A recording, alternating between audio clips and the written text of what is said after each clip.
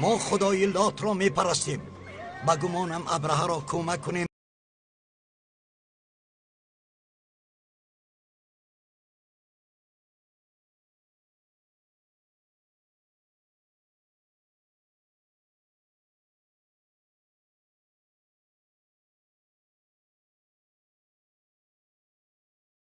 راه مکه را، زیرا نمیدانند کدام راه نزدیکتر و بی‌خطر.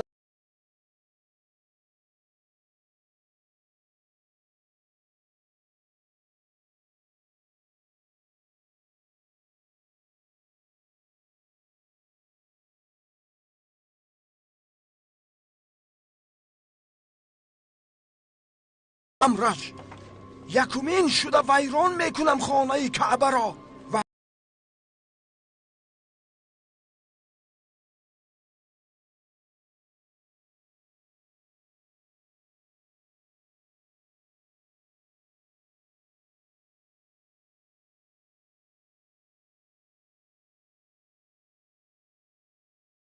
ای اهل قریش، شما سروران مکه هستید.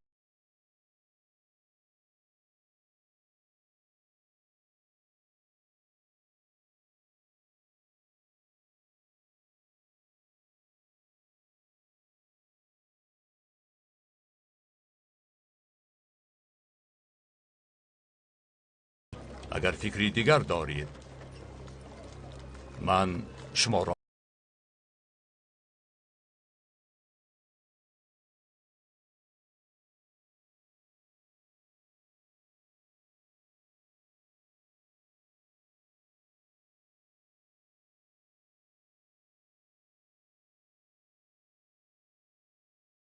و نفیل ابن حبیب در دست ابرهند.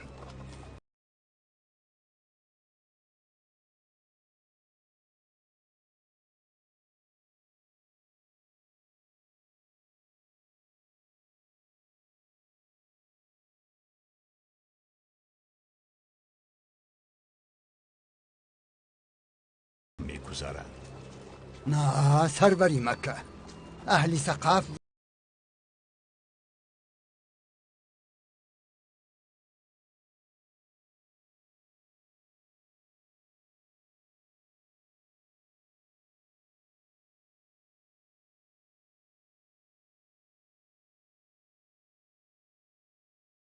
از خدا التجا میکنم تا اینکه او را شرمنده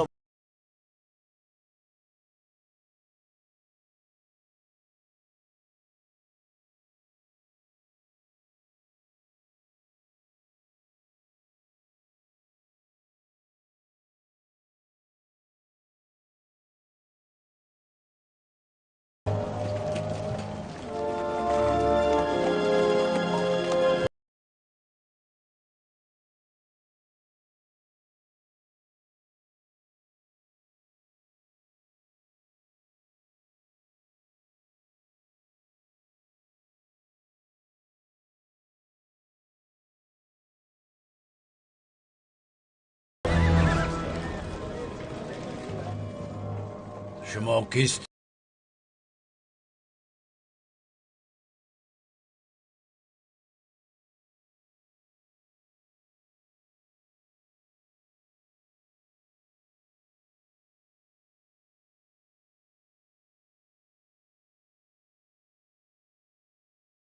کعبه ویرانش کنید ای شاه.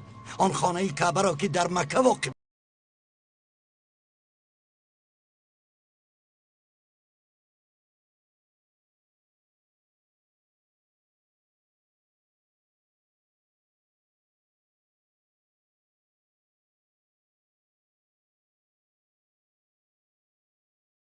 ثقفی است و شما راه را نشان میدهد. بله سرورم، و شما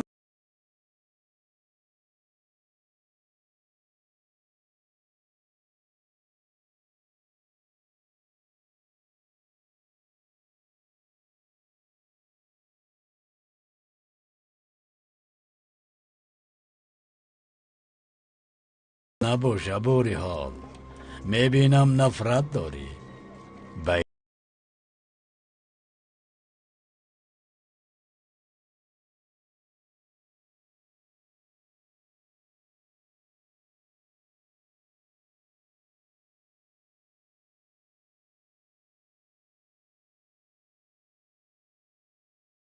باشی به سرزمینت برگرد به مردمت بگو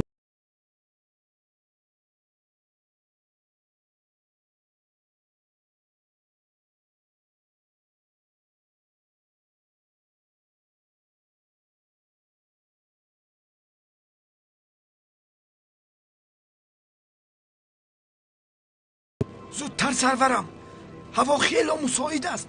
آنگاه استراحت می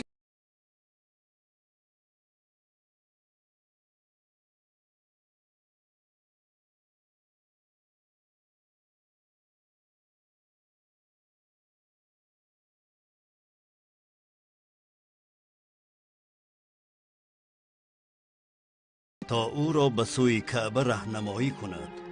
مسعود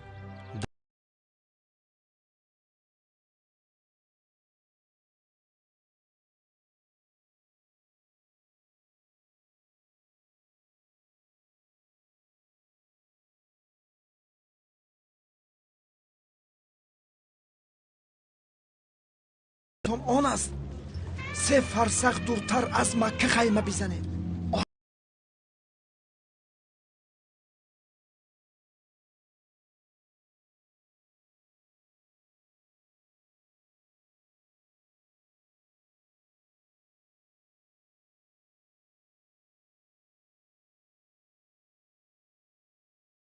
یگانه شما است.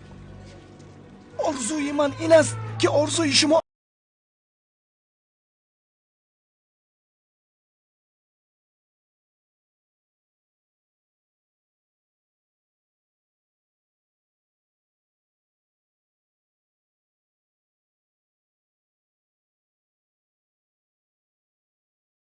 می شوند. برویم.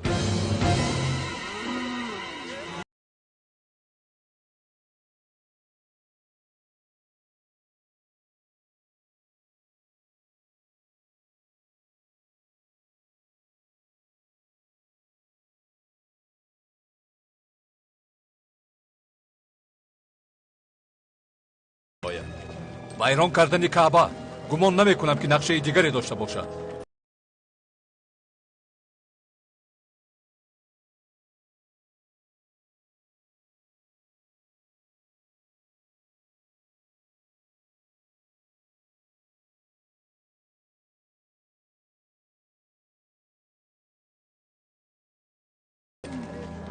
چی مصلحت میدی؟ آخر یک سپاهی بزرگی بر ما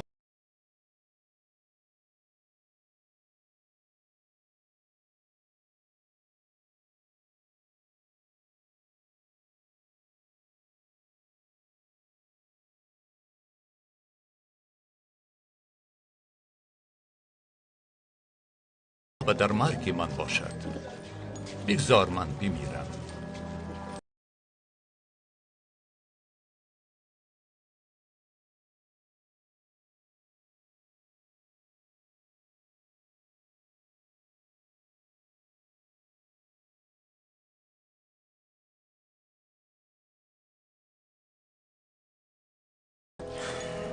تنهایش نگذار. تسکین بخشش باش.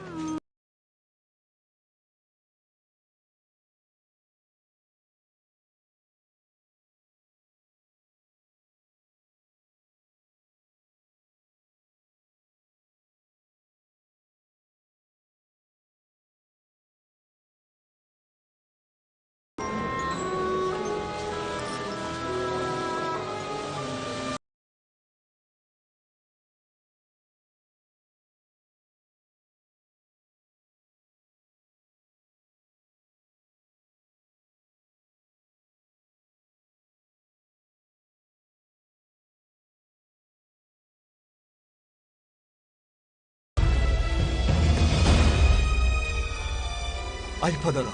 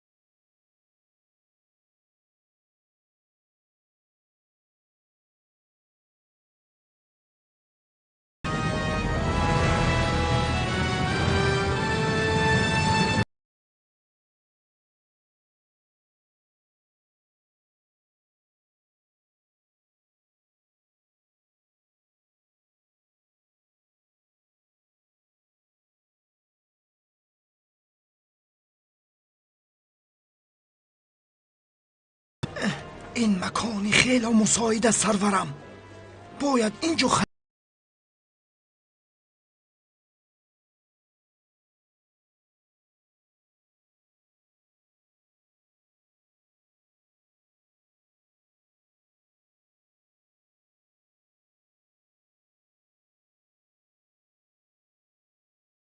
نه آمده ایم میخوایم کعبه رو نابود سازیم، ولی اگر جنگی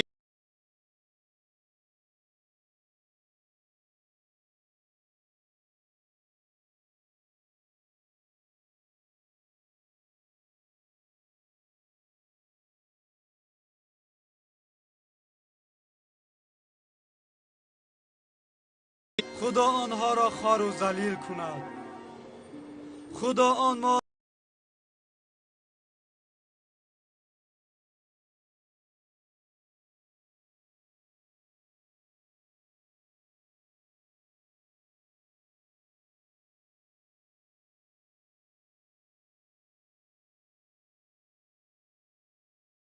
توفه های قبیله حزیل را به مکه می بردند غارت کرد.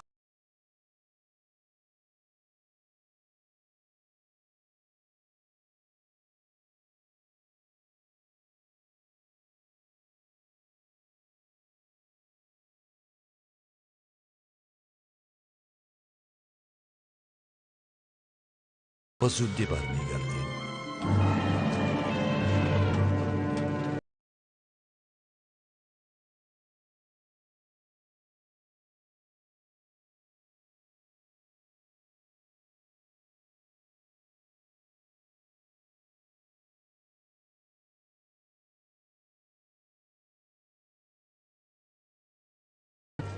این خانه چگونه به خرباری سنگ مبدل بگردد؟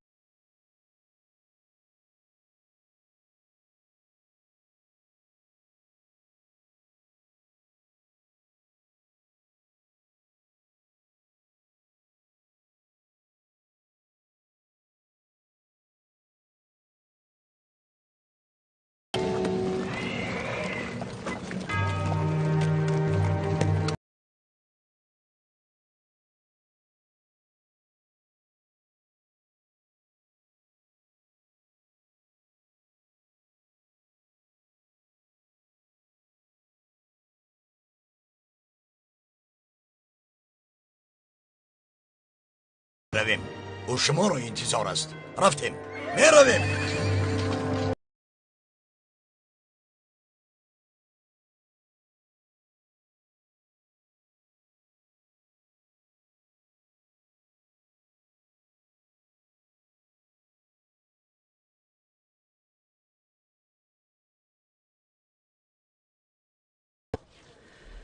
من به نزد خانه کعبه می روم. مردم همه در اضطراب.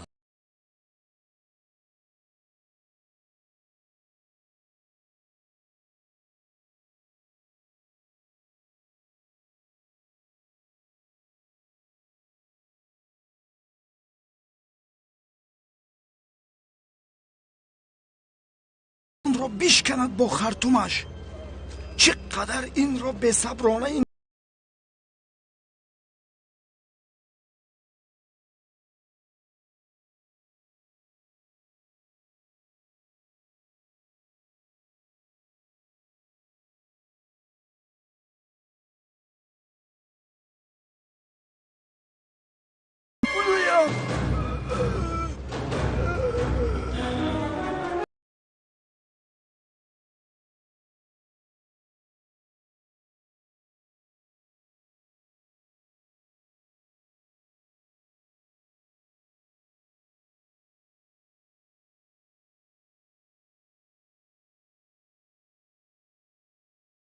این گناه است عظیم این رو میدونم و این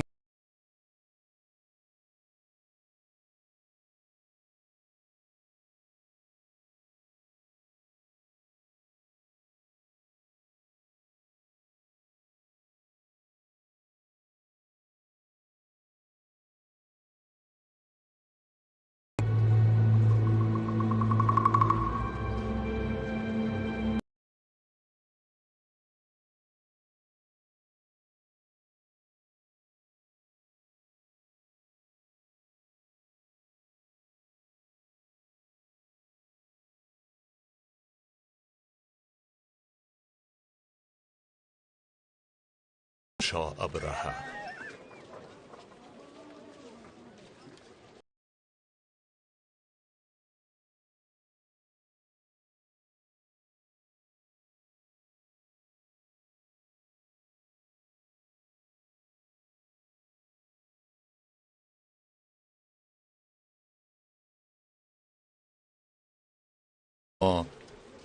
با ما جنگیدن نامده اید؟ نه،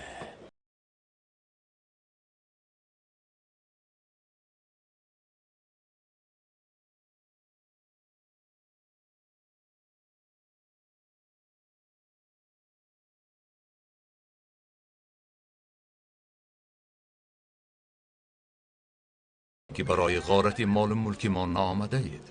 بگذار چنین شود.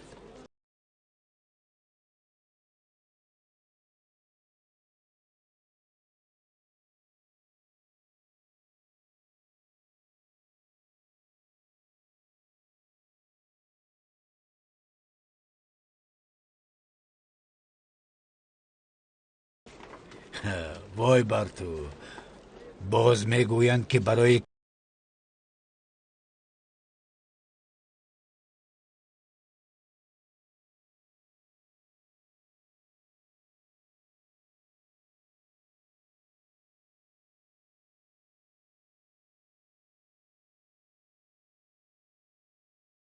هم نداریم. خانه را که میخواهی ویران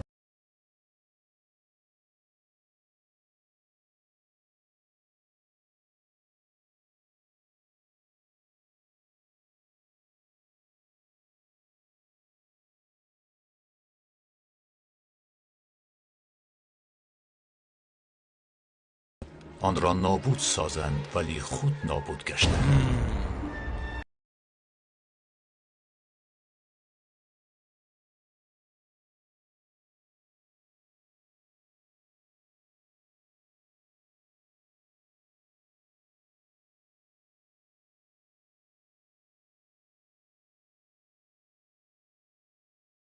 ای پروردگار کعبه، هرگز خانه خود را حفظ می کند.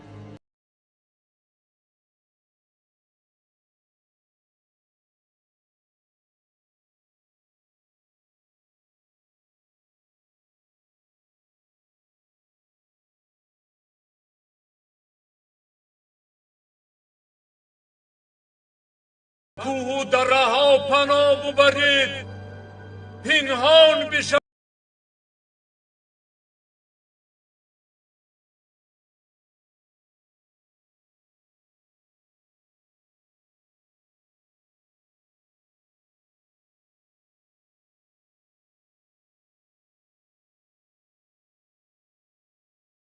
با چی می انجامد؟ مطمئنم که پروردگار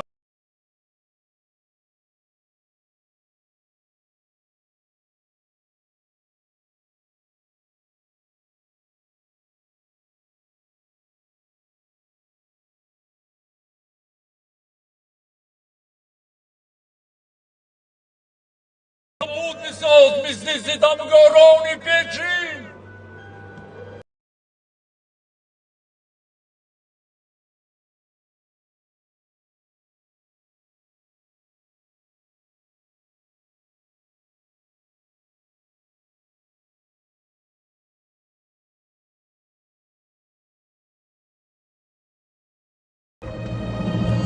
چرا ایستادند؟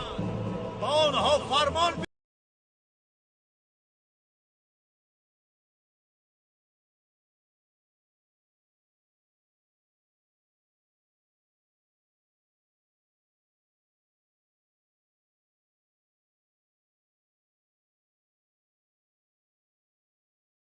بیشکند کعبه را.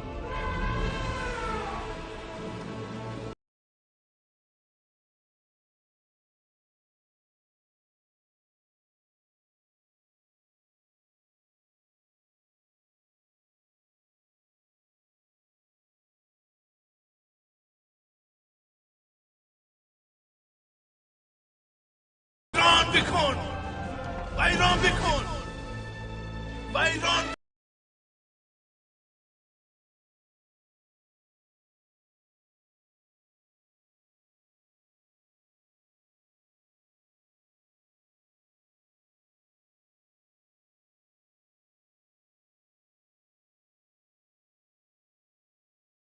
میکند. مگر این نشانه مقدس بودن کعبه را نمیبینید؟ بگریزید و قوم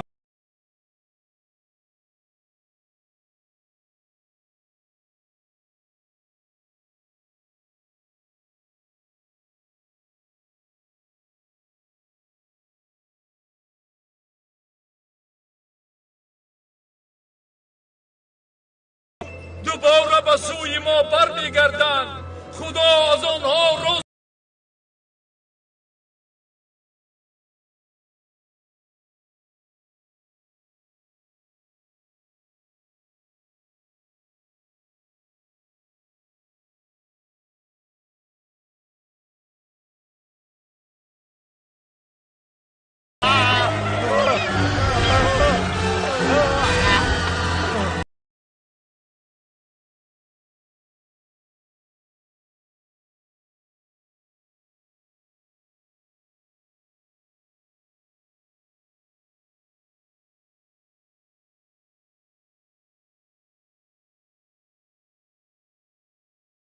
می‌مردند. کسی از آنها زنده نماند.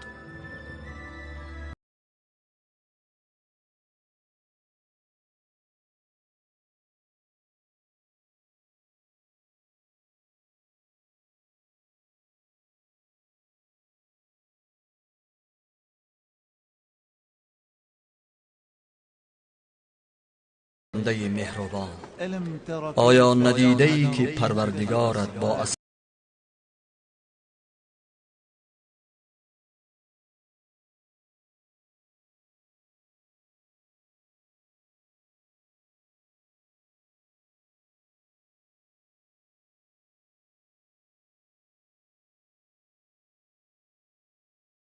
در آخور ساخت؟ صدق الله.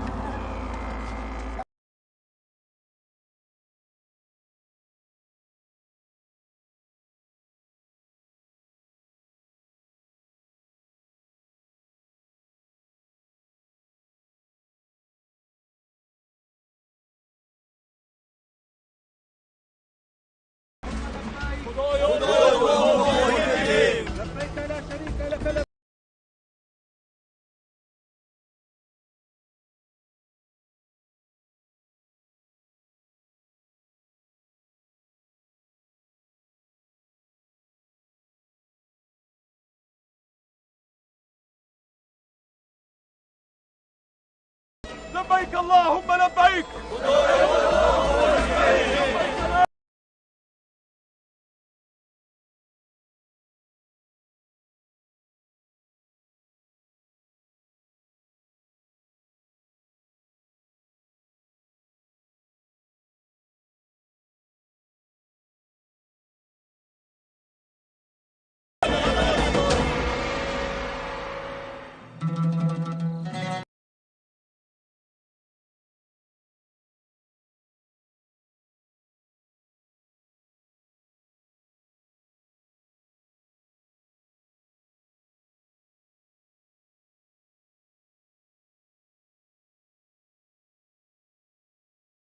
نه، حملت سروری خلایق می‌گردد، چون بد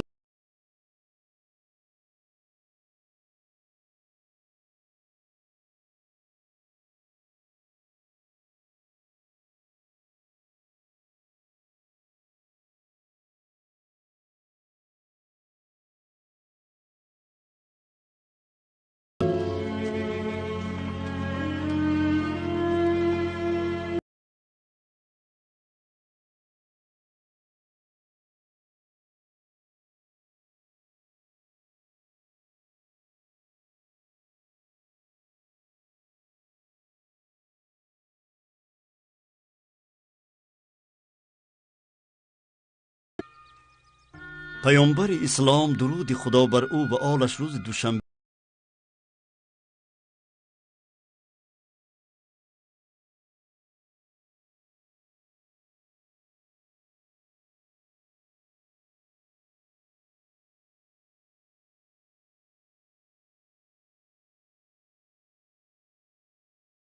در خوابش دید که شتری سرکش قافله اعراب را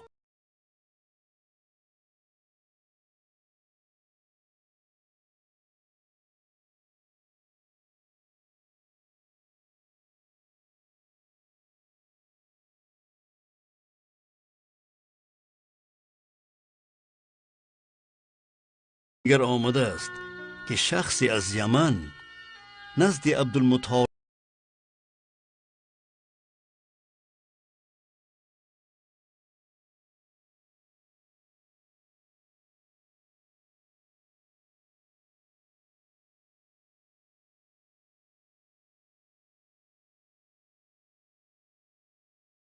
نور می بخشد. پروردگار کعبه،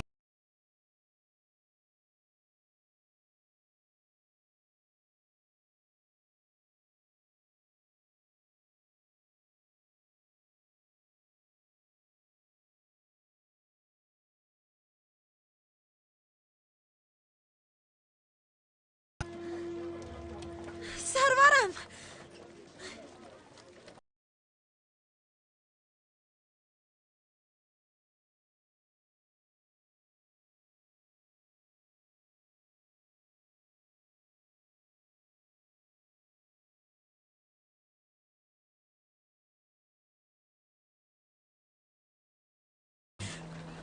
تولد کرد؟ بله.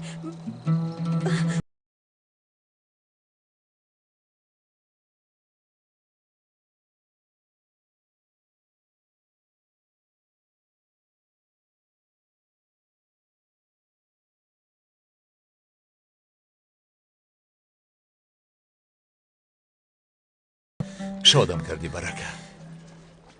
با این ماهتاب قومی هاشی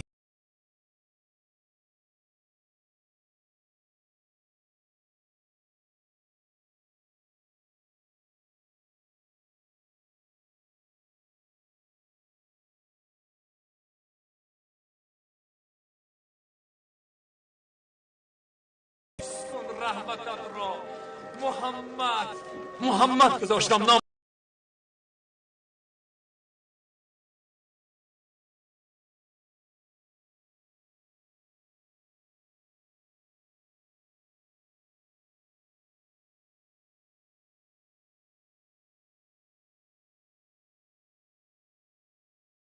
ما همه را خوشحال کردی این نوری چشمان. یا خیر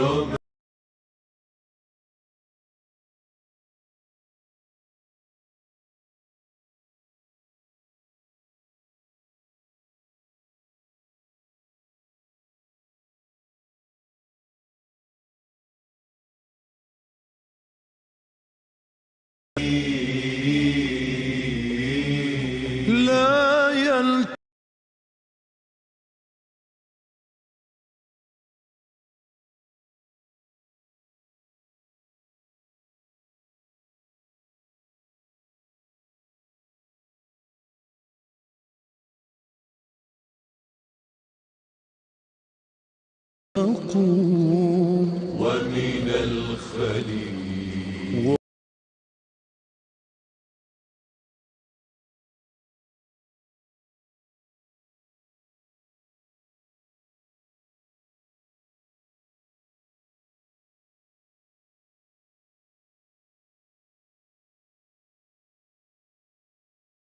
محمد والضال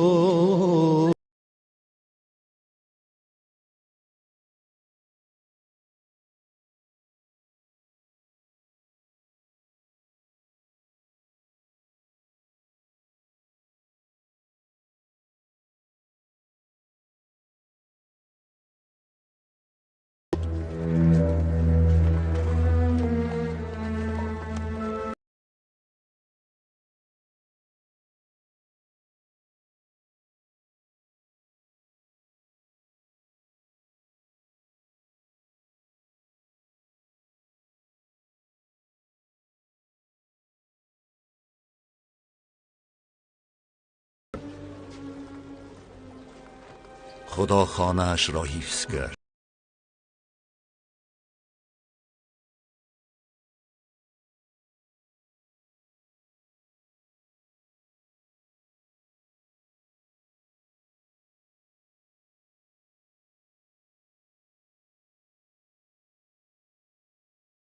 گویند خدا آنها را محافظت می‌کند.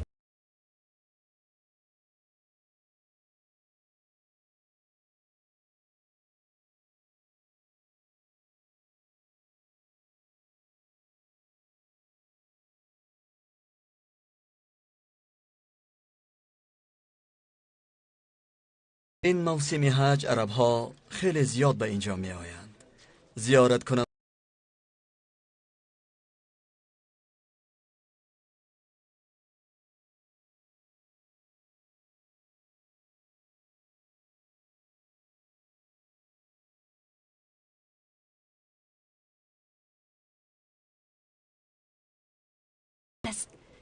به محمد شیر می دهد، او را پرستاری می کند. ابو طالب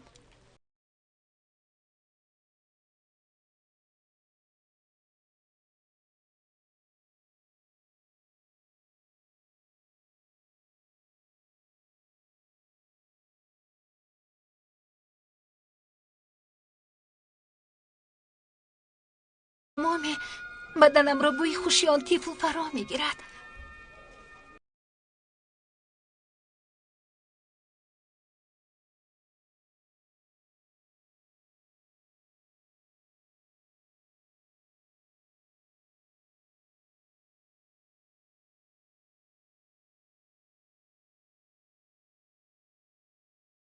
میماند.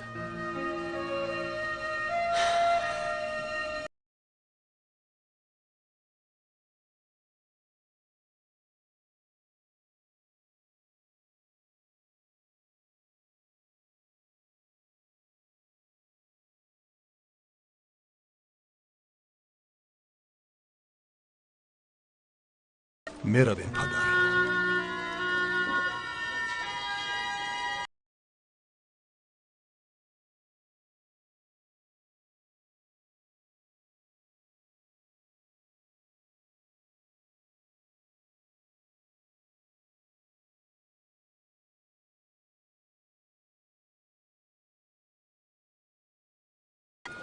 ای اهل مکه، اگر مال من و فرزندان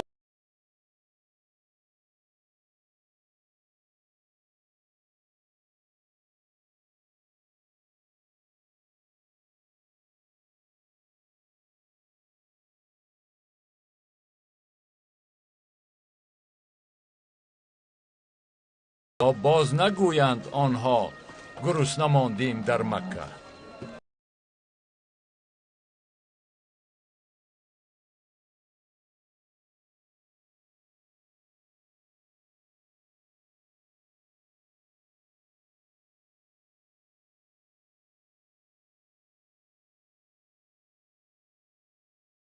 قریش، اول به خود احترام گذارید، آنگاه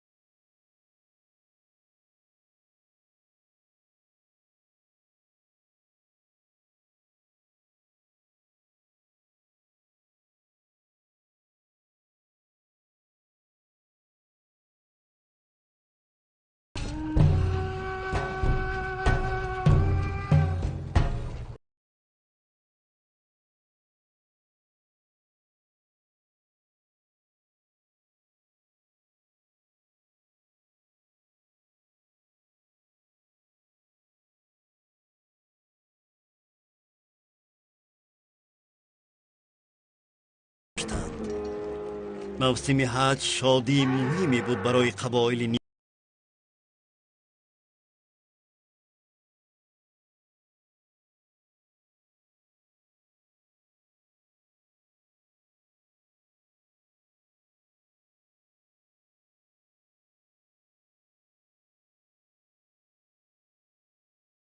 مردم عرب توفه های گوناگون برای کعبه می آوردند، از جمله طلا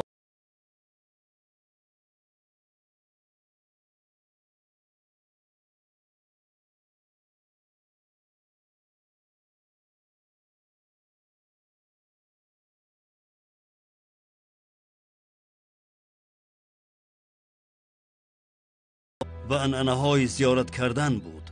خداوند در قرآن کریم می فرماید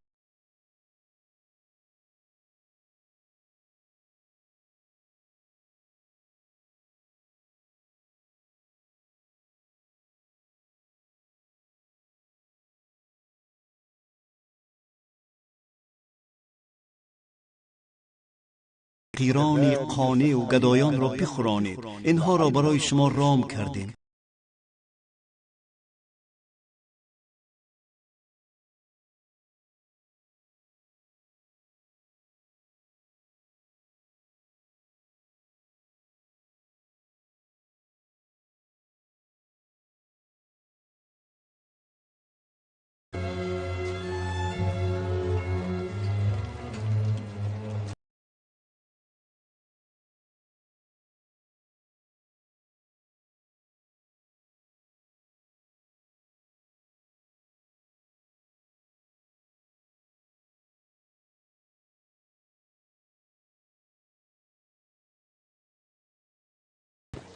قوم امیه برایمان نمونه خوبی پیشنهاد کردند. قبول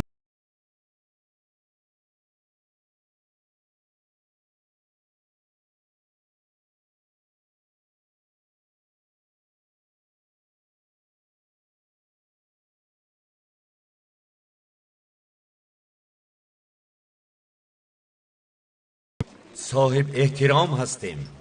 هیچ یکی از مردم عرب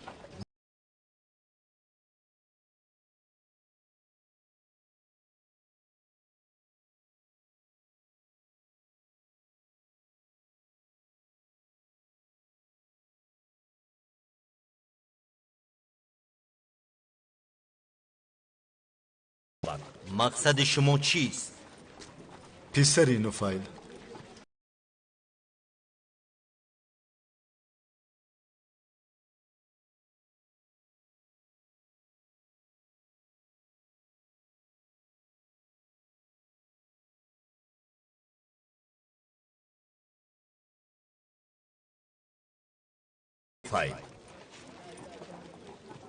این چی عرف و عادت است؟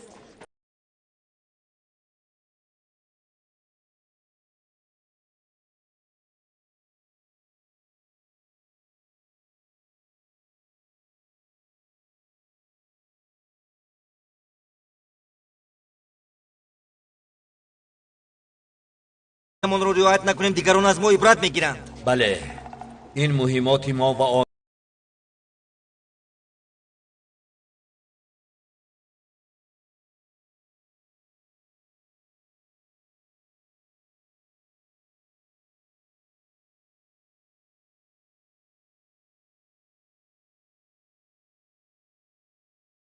اهل حرم، تمام مردم مکه این امتیاز را دارند.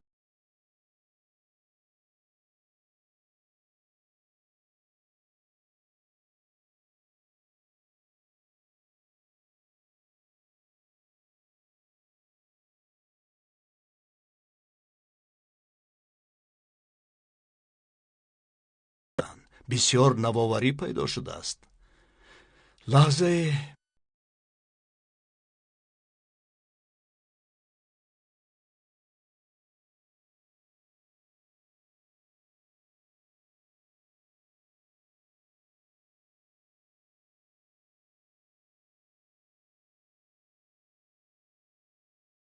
باز میگویند که مسافران نباید در نزد خانه کعبه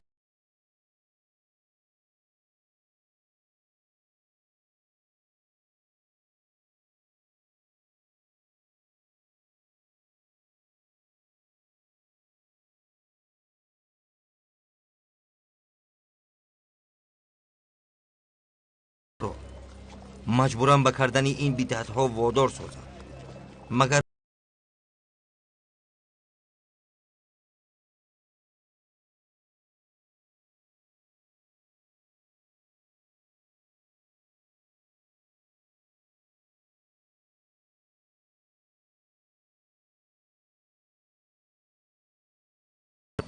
آخر ما هم از زن و مرد طواف کعبه یک جایه میکردیم. خواتین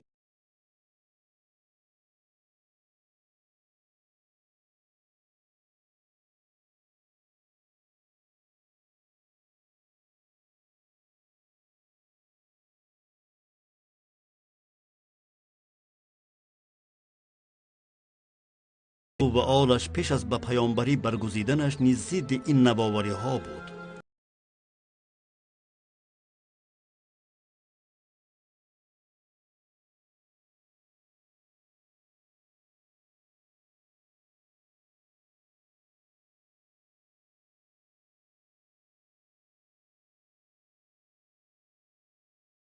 خدا آموزش بخواهید که آمرزنده و مهربان است. الله غفور